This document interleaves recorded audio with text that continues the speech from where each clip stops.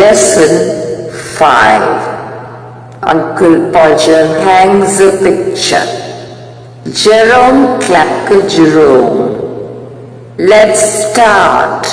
Jerome Clacker Jerome, 1859 to 1927, is a comic writer and humorist.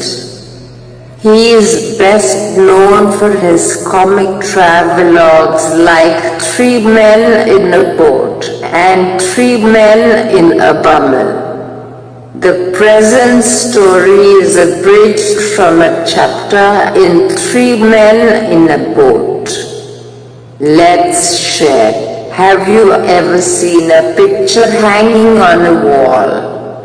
Where have you seen it? What are the things you need to hang a picture on the wall? Let's read Unit 1. You never saw such a commotion up and down a house in all your life as when my Uncle Podger undertook to do a job. A picture would have come home from the frame makers and be standing in the dining room waiting to be put up. Aunt Podger would ask what was to be done with it, and Uncle Podger would say, "Oh, you leave that to me, don't you any of you worry yourselves about that, I'll do all that." And then he would take off his coat and begin. He would send the girl out for 6 penn'orth of nails, and then one of the boys after her to tell her what size to get. "Now you go and get me my hammer, will," he would shout, "and you bring me the rule, Tom. I shall want the step ladder, and I had better have a kitchen chair."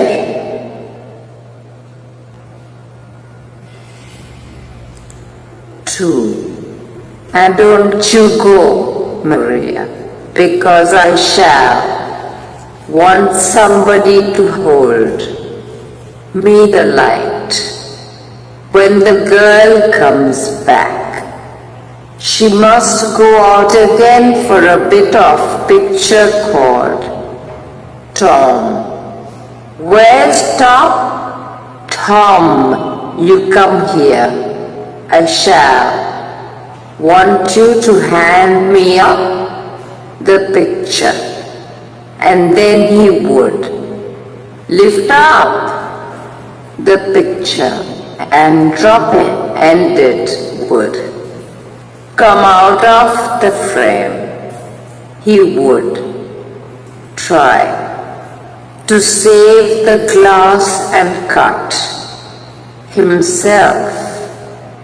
Then he would spring round the room looking for his handkerchief. He could not find his handkerchief because it was in the pocket of the coat he had taken off, and he did not know where he had put the coat. All the house had to leave off looking for his tools and start looking for his coat while he would dance round and hinder them. Doesn't anybody in the whole house know where my coat is? I never came across such a set in all my life. Upon my life I didn't.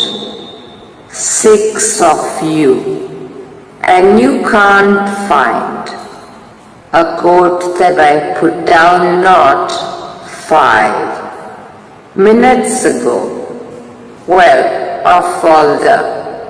Then he'd get up and find that he had been sitting on it and would call out, "Oh, you can give it up? I've found it myself now." When half an hour had been spent in tying up his finger and a new glass had been got, he would have another go. 2 people would have to hold the chair and a third would help him up on it and hold him there. A 4th would hand him a nail and a 5th would pass him up the hammer and he would take hold of the nail and drop it. There he would say in an injured tone, "Now the nail's gone." And we would all have to go down on our knees and grovel for it. The nail would be found at last, but by that time he would have lost the hammer. Where's the hammer? What did I do with the hammer? Great heavens! 7 of you gaping round there, and you don't know what I did with the hammer.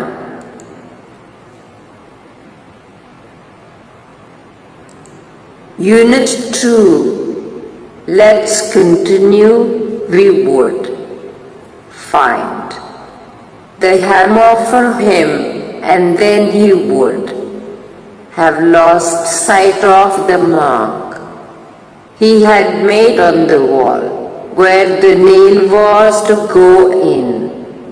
Each of us had to get up on the chair beside him and see if we could find it. We would each discover it in a different place, and he would call us all fools trying to reach a point 3 inches beyond what was possible for him to reach. The string would slip and down he would slide onto the piano. At last Uncle Podger would get the spot fixed and put the point of the nail on it with his left hand and take the hammer in his right hand. And with the first blow he would smash his thumb and drop the hammer with a yell on somebody's toes. Aunt Maria would mildly observe that next time Uncle Podger was going to hammer a nail into the wall, she hoped he'd let her know in time. She could then make arrangements to go and spend a week with her mother while it was being done. Oh, you woman, you make such a fuss over everything, Uncle Podger would reply, picking himself up. Why, I like doing a little job of this sort. And then he would Have another try. At the second blow, the nail would go clean through the plaster and have the hammer after it. Then we would find the rule and the string again, and a new hole was made. About midnight, the picture would be up, very crooked and insecure. There you are, he would say, stepping heavily off the chair onto the charwoman's corns and surveying the mess he had made with evident pride. Why, some people would have had a man to do a little thing like that.